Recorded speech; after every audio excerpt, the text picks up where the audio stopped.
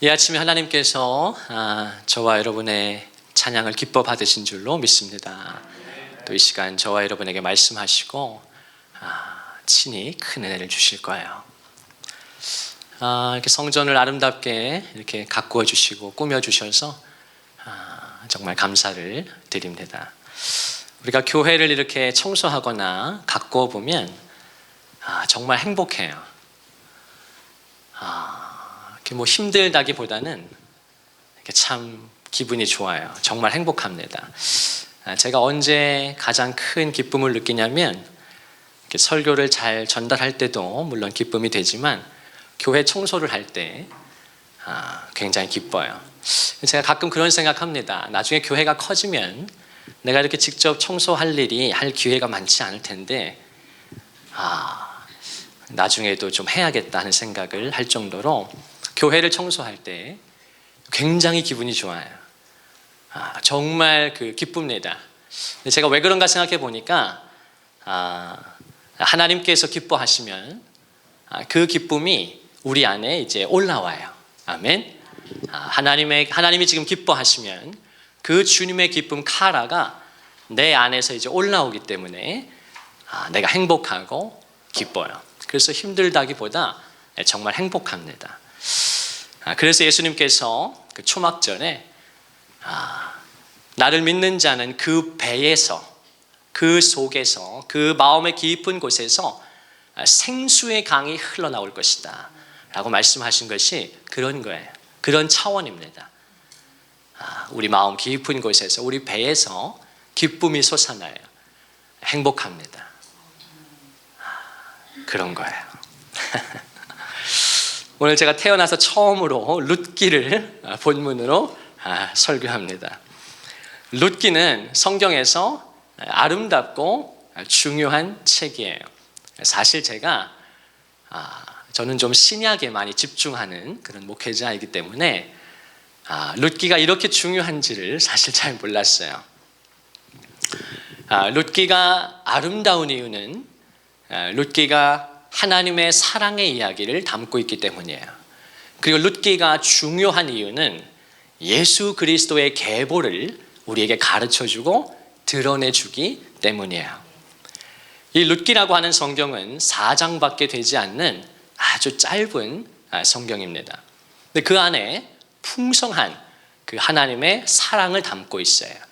그래서 구약 성경의 핵심이 되는 그 헤세드, 신약의 핵심이 카리스, 은혜라면 구약의 핵심은 헤세드, 하나님의 사랑인데요.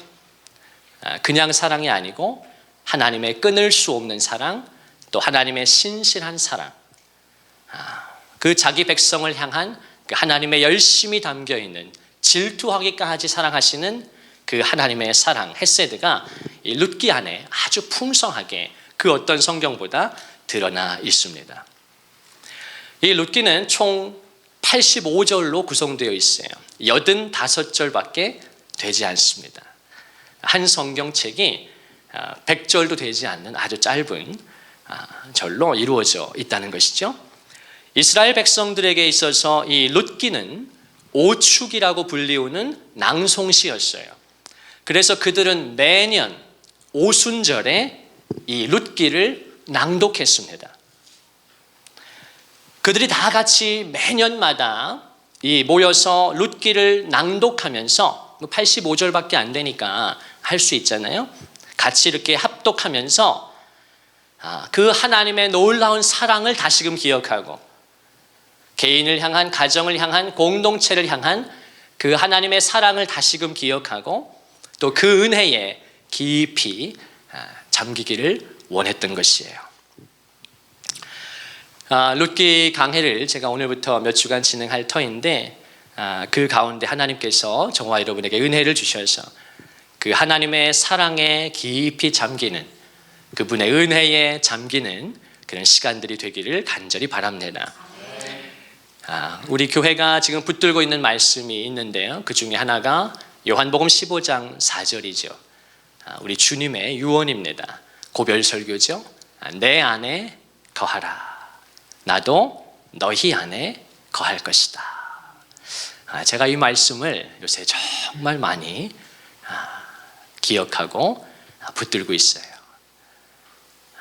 내 안에 거하라. 나도 너희 안에 거하리라. 그 밑에 9절에 가면 나의 사랑 안에 거하라. 이렇게 말씀하죠. 이 말씀이 여러분에게 어떻게 들리시나요? 이 주님의 말씀이 당신에게 어떻게 들립니까? 저에게는 하나님의 아주 그 달콤한 친밀한 초대로 느껴져요. 저와 여러분의 이름을 부르시면서 오늘 우리가 찬양한 것처럼 내 이름을 부르시는 주님이 저와 여러분을 부르시면서 내 안에 거해라. 나의 사랑 안에 거해라. 그러면 나도 너희 안에 거할 것이다. 주님이 인격적으로 저와 여러분을 불러주시는 거예요. 얼마나 감사한지 모르겠어요. 같이 한번 고백해 보실까요? 내 안에 거하라. 나의 사랑 안에 거하라. 나도 너희 안에 거하리라. 아멘.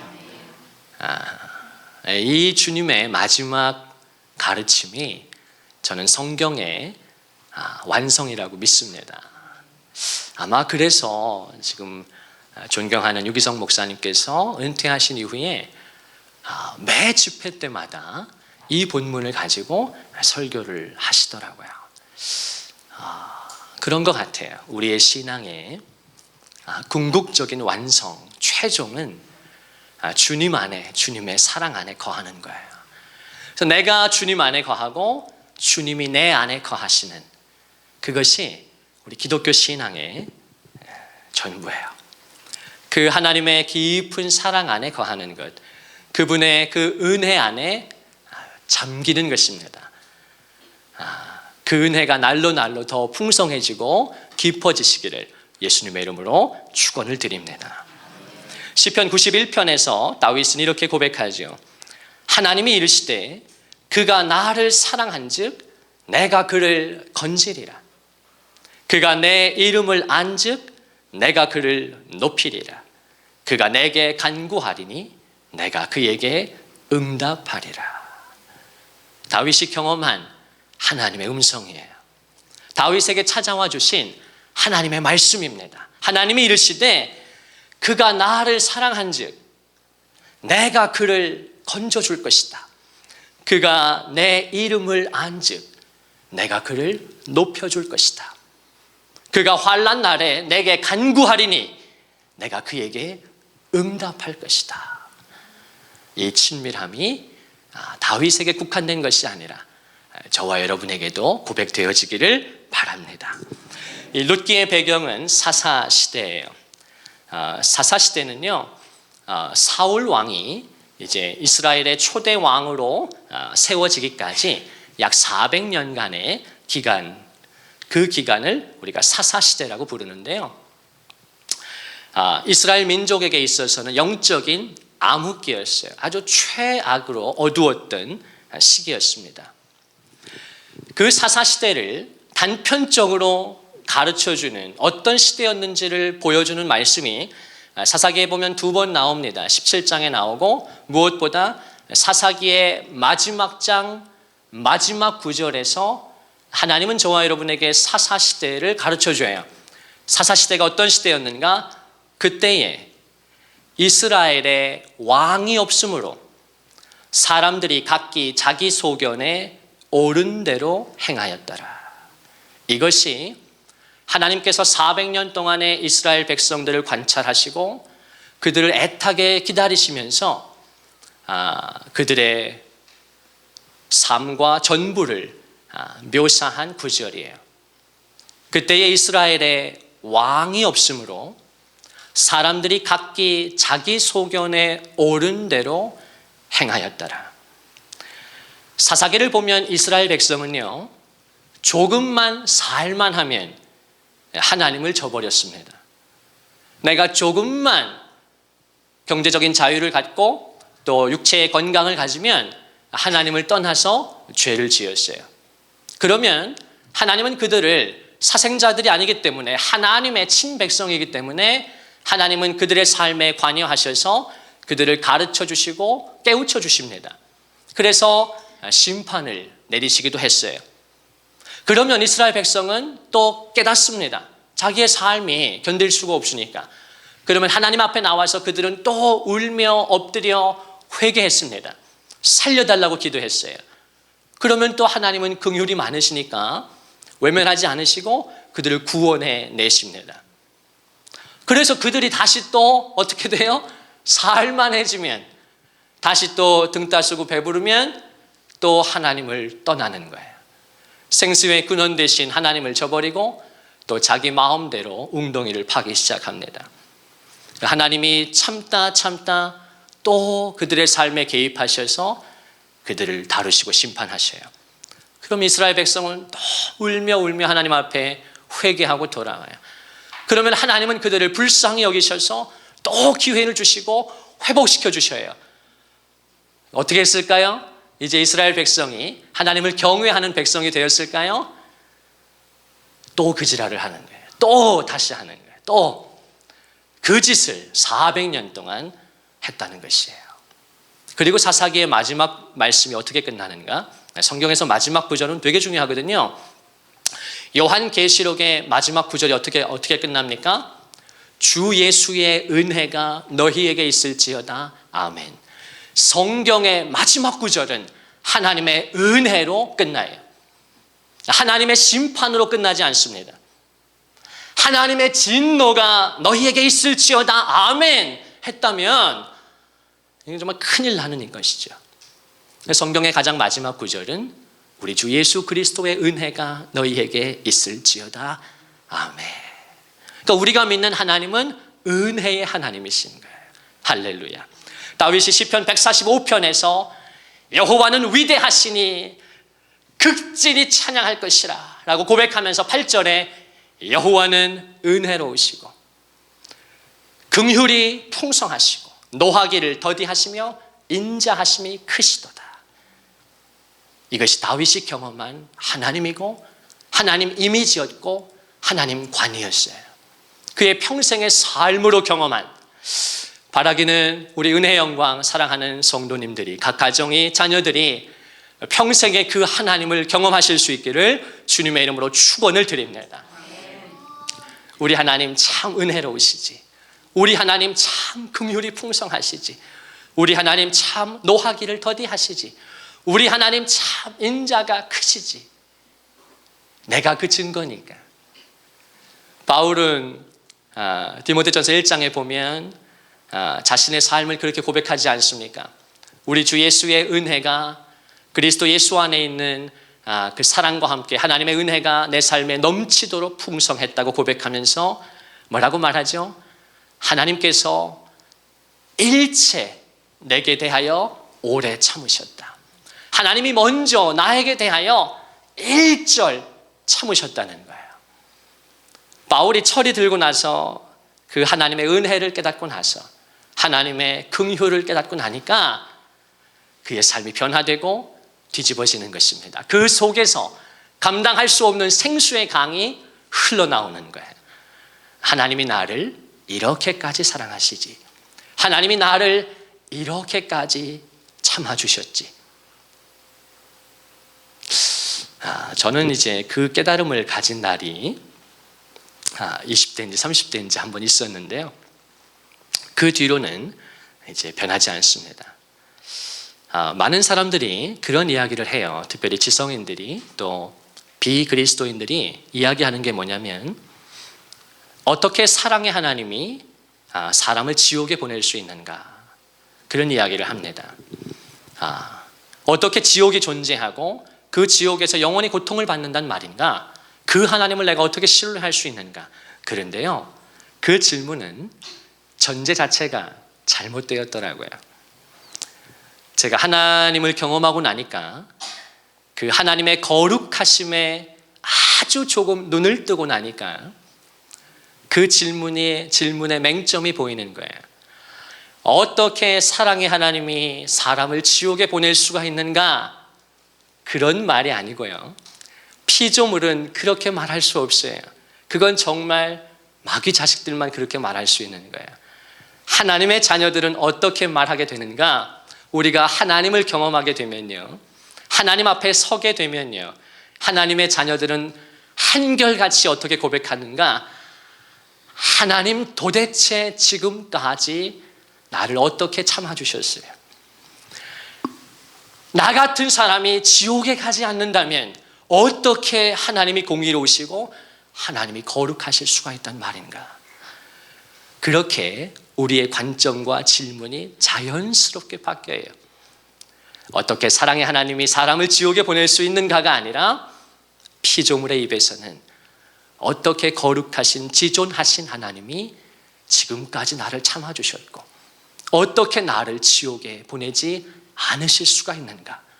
그분의 한없는 긍휼과 그분의 한없는 사랑과 인자하심에 눈을 뜨게 되는 것입니다.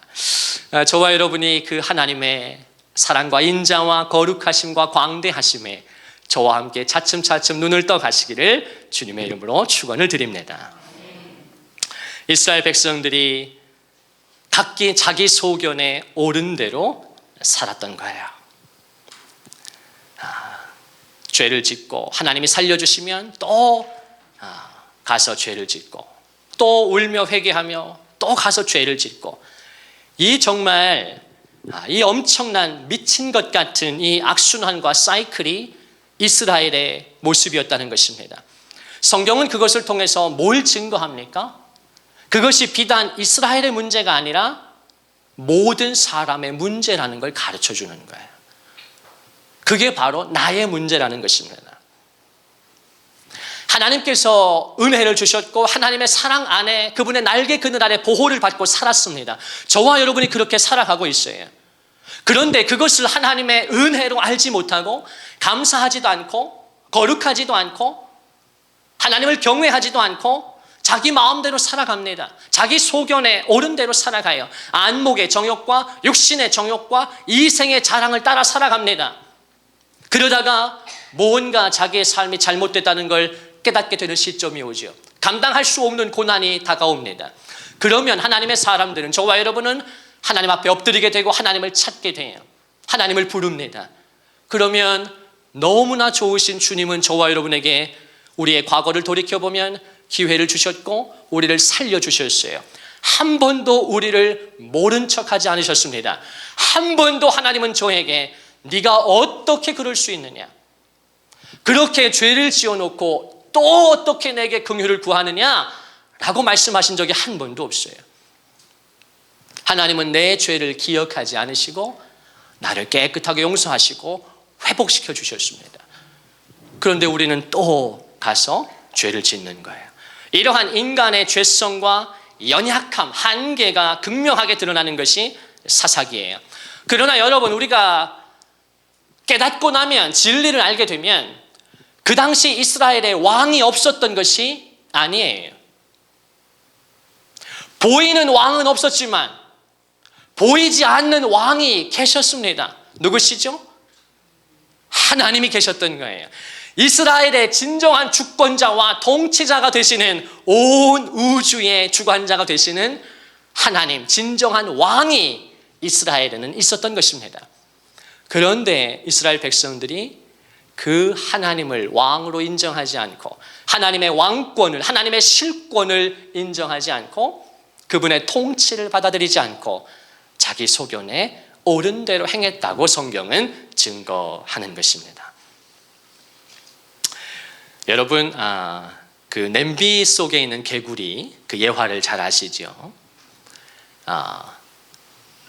물이 끓고 있는 냄비 속에 개구리를 집어넣으면 어떻게 되겠어요? 당연히 그 개구리는 놀라서 뛰쳐나옵니다. 발이 그냥 닿자마자 튀어나올 거예요. 그런데 개구리를 먼저 냄비 속에 집어넣고 불을 서서히 가열해서 온도를 서서히 높이면 연구 결과가 어떻지요? 놀랍게도 그 개구리는 뛰쳐나가지 않더라는 것이죠. 다 죽습니다. 물이 끓고 있는 냄비 속에 개구리가 들어가면 바로 뛰쳐나오겠지만, 놀랍게도 우리가 관찰을 해봐서 개구리를 먼저 냄비 속에 집어넣고 불을 가열하면, 온도를 아주 서서히 올리면 놀랍게도 개구리가 그 냄비 속 밖으로 탈출하는 것이 아니라 자기가 타 죽어가는 것도 모르면서 그냥 다 죽더라는 것이에요. 여러분, 죄라는 것이 이렇게 무섭습니다. 우리가 내 소견대로 사는 것, 육신의 정욕과 안목의 정욕과 이생의 자랑대로 살아가는 것, 이것이 하루아침에 내 삶을 곤고하게 만들거나 한순간 내 삶을 피폐하게 만드는 것이 아닙니다. 오랜 기간에 걸쳐서 그 죄는 내 영혼을 잠식합니다. 오랜 기간에 걸쳐서 그 죄가 우리의 삶을 좀먹어요. 그러면 그것이 명확하게 드러날 때야 우리가 깨닫지만 그때는 많은 것들이 무너져 버렸고 깨어져 버리게 되는 것입니다. 하나님은 이 아침도 저와 여러분을 긍휼히 여기셔서 그 삶에서 돌이켜서 하나님을 선택하고 예배를 선택하고 기도를 선택하라고 강권하시는 것입니다. 골로새서 3장은 그래서 우리에게 강력하게 증거합니다. 너희는 위의 것을 찾으라. 너희가 그리스도와 함께 다시 살리심을 받았으면 그런즉 위의 것을 찾으라. 위의 것을 생각하고 땅의 것을 생각하지 말아라. 5절에 가면 더 강력하게 땅에 있는 지체를 죽여라. 그렇게까지 성경이 말씀합니다. 너희가 하나님의 은혜와 예수 그리스도의 십자가 공로로 말미암아 죄사함 받고 구원받고 하나님의 자녀가 되고 너의 이름이 생명책에 기록되어 있고 너의 영생이 예비되어 있기 때문에 감사하는 마음으로 너희는 더 이상 땅의 것을 생각하지 말고 위의 것을 찾고 위의 것을 생각하라는 거예요. 땅에 있는 지체를 죽이라고 성경은 말씀합니다. 그런데 이스라엘 백성은 정반대의 삶을 살았던 거예요. 바로 그때에 드디어 그 땅에 흉년이 찾아온 것입니다.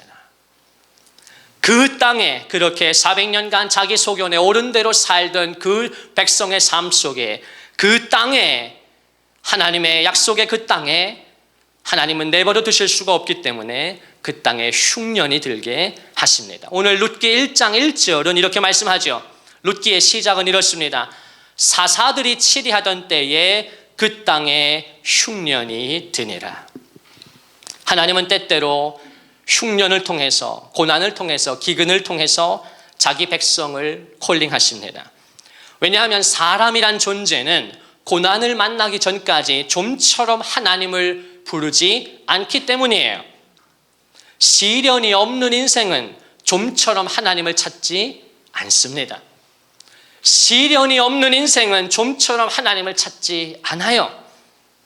하나님이 매정하셔서가 아니라 저와 여러분이 악하기 때문에 때로 하나님은 고난이라는 통로를 통해서 우리를 부르시고 하나님의 사람으로 빚어 가십니다.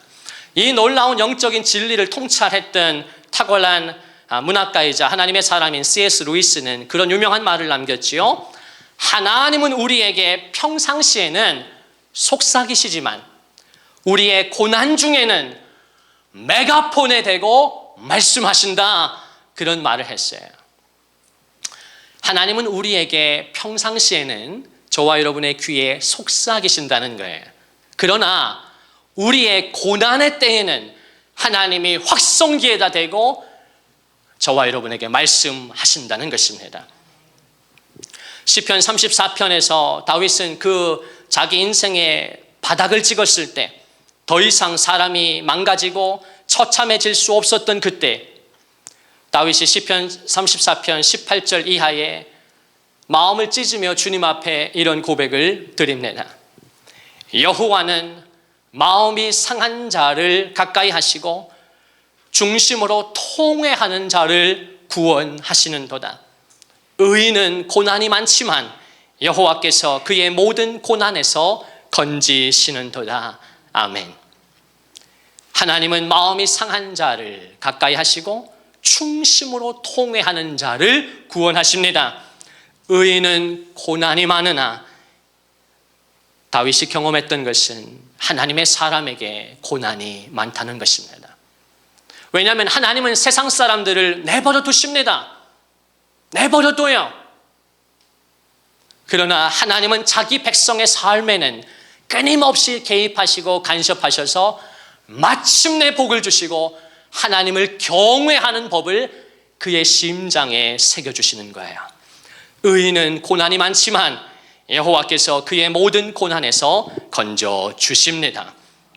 이 하나님을 붙드시기를 간절히 바랍니다. 우리 1절과 2절 다시 한번 같이 한번 읽어보겠습니다.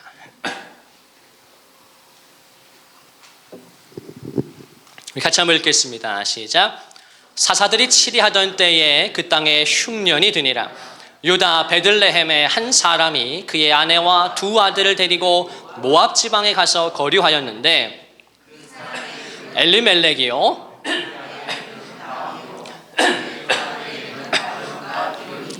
유다 베들레헴 에브랏 사람들이더라. 그들이 모압 지방에 들어가서 거기 살더니. 자, 사랑하는 성도 여러분, 우리의 삶에 고난이 찾아올 때 중요한 것은 우리의 반응입니다. 하나님은 저와 여러분에게 그걸 보시는 거예요. 룻기는 그걸 가르쳐 줍니다. 엘리멜렉이라고 하는 사람이 있었어요. 그 사람이 아내 나오미와 두 아들을 데리고 모압으로 가서 거기서 정착했다라고 하는 것을 증거하는 것입니다. 룻기의 초반부가요. 그런데 오늘 본문을 자세히 살펴보면 성경이 의도적으로 똑같은 문구를 두 번 반복하는 걸 볼 수 있어요. 제가 많이 강조했지만 성경에서 이건 굉장히 우리의 집중을 요하는 것입니다. 무엇이 반복됩니까? 이 엘리멜렉이 유다 베들레헴 사람이었다는 걸 두 번이나 가르쳐줘요. 2절에서는 한 걸음 더 나아가서 유다 베들레헴 에브랏 사람이었다고까지 자세하게 가르쳐줍니다. 유다라는 말은 찬송이라는 뜻이에요. 베들레헴이라는 말은 떡집이라는 뜻이죠. 현대식으로 말한다면 빵집이라는 뜻이에요. 이 유다 베들레헴이 어떤 곳입니까? 후에 예수 그리스도가 탄생하시는 거룩한 땅이죠. 그리고 에브랏은 풍성하다는 뜻이에요. 그러니까 유다 베들레헴 에브랏이라는 말은 그곳 출신이다, 그곳 사람이다라는 무슨 뜻입니까? 풍성한 찬양이 가득한 그 떡집에 살았던 사람이다. 그 고향 출신이다라는 걸 가르쳐 주는 것이에요. 풍성한 찬송의 떡집, 그 사람들이었어요. 거기에 속한 자들이었다, 그런 뜻입니다. 그런데 이스라엘의 죄로 말미암아 그 거룩한 땅에 하나님이 기근을 보내셨다는 거예요. 그 땅에 흉년이 이제 들었습니다. 그러니까 삶이 피폐해지고 곤고해지기 시작한 거예요. 그때 오늘의 주인공 엘리멜렉이, 이 룻기 전체는 나오미와 보아스와 룻이 주인공인데요. 오늘 초반부에 나타나는 엘리멜렉은 여기서만 등장하고 이제 사라지는데, 나오미의 남편이 되었던 엘리멜렉은요, 그때 어떻게 반응하는가? 자기 삶에 고난이 찾아오니까 바로 그의 아내와 두 아들을 데리고 모압으로 가서 이제 정착해버린 거예요. 성경은 그걸 증거하는 것입니다. 그런데 이 엘리멜렉의 이름의 뜻이 무엇인가? 그 사람이 어떤 사람이었는가? 엘리멜렉은 놀랍게도 하나님은 나의 왕이시다, 그런 뜻이에요. 하나님은 나의 왕이시다.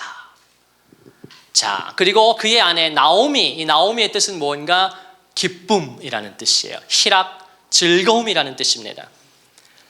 그러니까 뭘 알 수 있어요? 이 엘리멜렉과 나오미라고 하는 두 사람이 다 어떤 사람들이었다?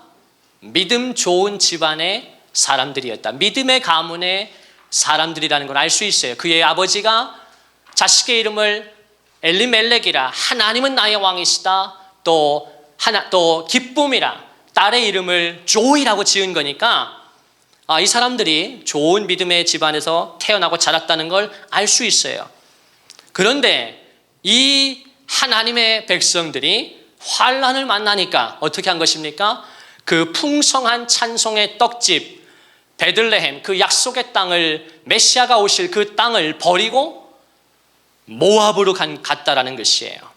왜 그렇습니까? 모압이 좋아 보였고 풍족해 보였기 때문에, 살기 좋아 보였던 것이에요. 자기 눈에 좋아 보이는 것을 쫓았다, 그런 뜻입니다. 그런데 여기서 우리가 주목해야 할 것은 그 모압이라고 하는 것은 어떤 땅인가? 이방신을 섬기는 땅이었어요. 이방 민족들의 땅, 그리고 당연히 그들은 하나님이 아니라 이방신을 섬기고 있었다는 것이에요.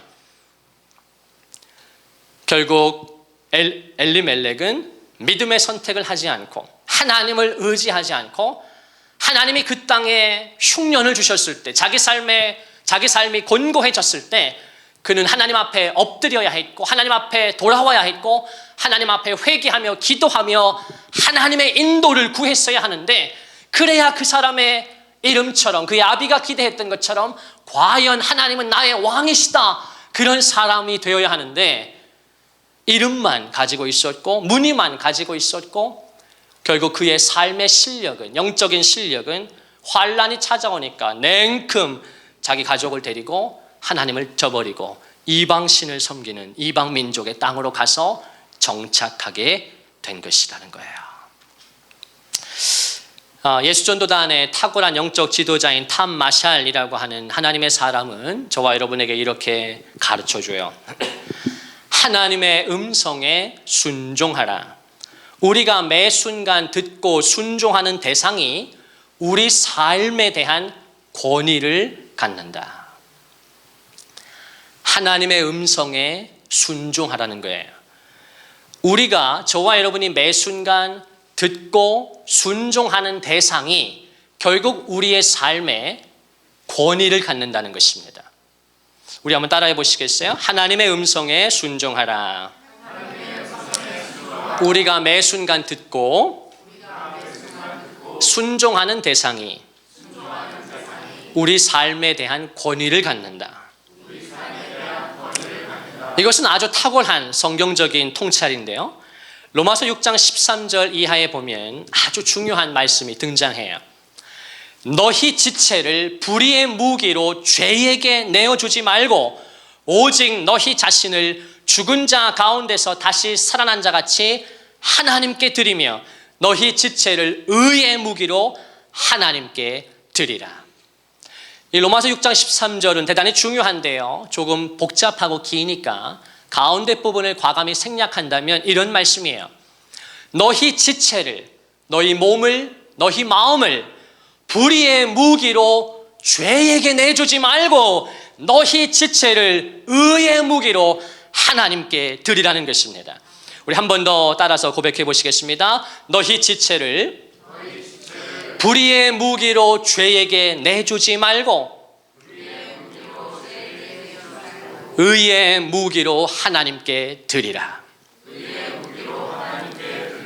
왜 그렇습니까? 내가 내 몸을, 내 마음을, 내 지체를 불의의 무기로 죄에게 내주면 어떻게 된다고요? 탐 마샬이 뭐라고 통찰합니까? 결국 그 죄가 내 삶에 대한 권위를 갖게 된다고요. 그 죄가 나와 우리 가정을 끌고 가기 시작한다는 것입니다. 나는 끓는 그 냄비 속에 들어가 있는 개구리처럼 서서히 내 삶이 죄와 마귀와 세상에 의해 잠식되어 가는데 깨닫지 못하다가 어느 순간 타 죽게 된다는 것이에요. 그래서 성경은 저와 여러분에게 너희 지체를 의의 무기로 하나님께 드리라고 말씀하는 것입니다. 우리의 몸과 마음을 이 시간 하나님 앞에 드릴 수 있는 저와 여러분이 되시기를 바랍니다. 오늘 함께 예배하는 우리의 귀한 자녀들이 저들의 평생에 하나님 앞에 순결하고 거룩하여서 저들의 몸과 마음을 의의 무기로 하나님께 드리는 우리 모든 자녀들 되시기를 주님의 이름으로 축원합니다. 죄가 너희를 주장하지 못하리니 이는 너희가 법 아래 있지 않고 은혜 아래 있음이라. 그 밑에 16절에 보면 너희 자신을 종으로 내주어 누구에게 순종하든지 그 순종함을 받는 자의 종이 되는 줄 너희가 알지 못하느냐. 혹 죄의 종으로 사망에 이르고 혹 의의 순종의 종으로 의에 이르느니라. 우리 자신을 종으로 내주어 누구에게 순종하든지 그 순종함을 받는 자의 종이 된다는 것이에요. 우리가 죄에게 자꾸만 우리의 마음과 몸을 내어주면 죄의 종이 되어서 사망에 이릅니다. 그러나 저와 여러분이 하나님 앞에 순종해서 이것을 순종의 종이라 표현했는데 순종의 종으로 우리의 마음과 의지와 생각을 주님 앞에 드리고 고정시키면 저와 여러분은 의에 이르게 된다는 말씀이에요. 깨달으실 수 있기를 바랍니다. 저와 여러분이 세상의 영, 마귀의 영에 잠기면 근심과 두려움과 낙심과 우울과 절망이 우리의 삶을 지배하게 될 것입니다. 그러나 이 시간 또 우리의 삶이 이번 한 주간 하나님의 영에, 성령에 잠기게 되면 하나님은 저와 여러분의 삶에 기쁨을 주시고 평안을 주시고 위로와 소망으로 충만하게 채워주십니다. 하나님을 선택하고 예배를 선택하고 기도를 선택하고 순종을 선택할 수 있는 저와 여러분이 되시기를 바랍니다.